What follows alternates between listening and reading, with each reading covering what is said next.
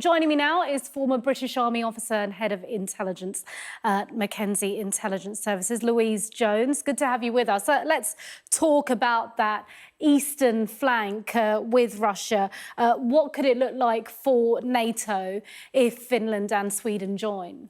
Yeah, so to understand how big a move this is, we have to really look at the history of NATO. It was formed after World War II, predominantly focused on the countries of Germany, France, UK, and of course the US, so very much Western Europe focused. And the main aim was to counter the Soviet Union. Now, following the fall of the Soviet Union in the early 90s, the Baltic states of Estonia, Lithuania, and Latvia, they applied to NATO membership pretty much straight away.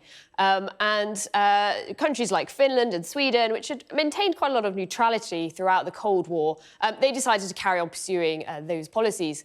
Now, although NATO and Finland and Sweden have worked together, so Finland and Sweden are part of an enhanced opportunities partnership with NATO. What this means, they'll do joint exercises. They're in the Joint Expeditionary Force, which is focused on Baltic security.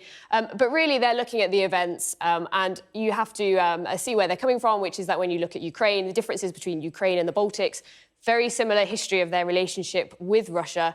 The reason why there's now a Russian active military operation in Ukraine and why there's not in the Baltic boils down to really one thing, that is NATO membership. Therefore, the deductions for them is clear. They now want to join NATO in full. So let's also bring in the UK's new pact with Sweden and Finland in particular. Is that the perfect excuse, do you think, for President Putin to intensify his campaign? And I mean, I've been discussing it earlier, as you know. Does Russia even have the capability and capacity to open up a new front there? So this is going to be a bad day for President Putin. This isn't what he wanted at all. The neutrality of Finland and Sweden really suited him. It meant he could focus in on further to the south in countries like Georgia or Ukraine. But really, there's very little he can do now. You know, the horse is well and truly bolted.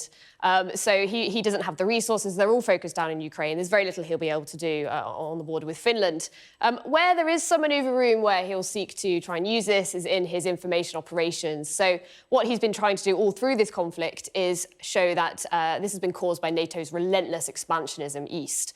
NATO has obviously countered that in saying, well, you know, these are sovereign democratic states who actively apply. You know, NATO has not forced anybody to actively apply.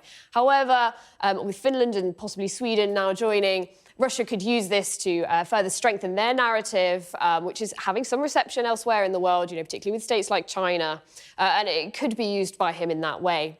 And as we've said about his resources, so the majority of his combat capability has been really focused in on Ukraine. He's taken some heavy losses. He's having to mobilise units, reconstitute broken units. He really doesn't have any kind of military capability that he would be able to project. The Finnish Defence Force, you know, they've been ready for years for this sort of thing. They're very focused on protecting that land border. They're very well equipped, well trained, well drilled. They really are an adversary that President Putin will not be keen to take on unless he's fully prepared. Understood. Louise Jones, thanks very much indeed.